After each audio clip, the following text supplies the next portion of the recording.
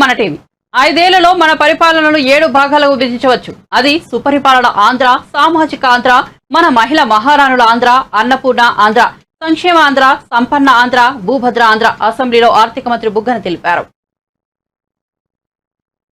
7 భాగాలుగా మనం దాన్ని విభజించవచ్చు అధ్యక్ష.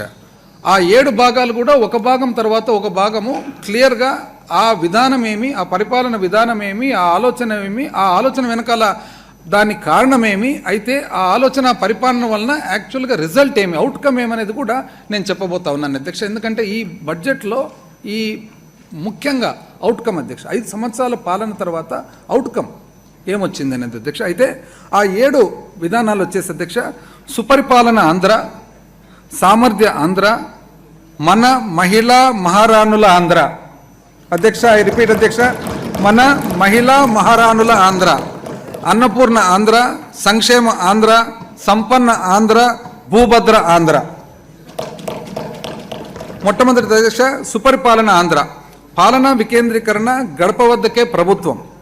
ప్రజల సాధికారత మరియు వికేంద్రీకరణలు సుపరిపాలన మరియు అభివృద్ధికి అత్యంత ముఖ్యమైనవి. వీటిని ప్రజల చెంతకు తీసుకువెళ్లే దిశగా మా ప్రభుత్వం అనేక చర్యలను చేపట్టింది. ఇందులో భాగంగా గ్రామ స్థాయి నుంచి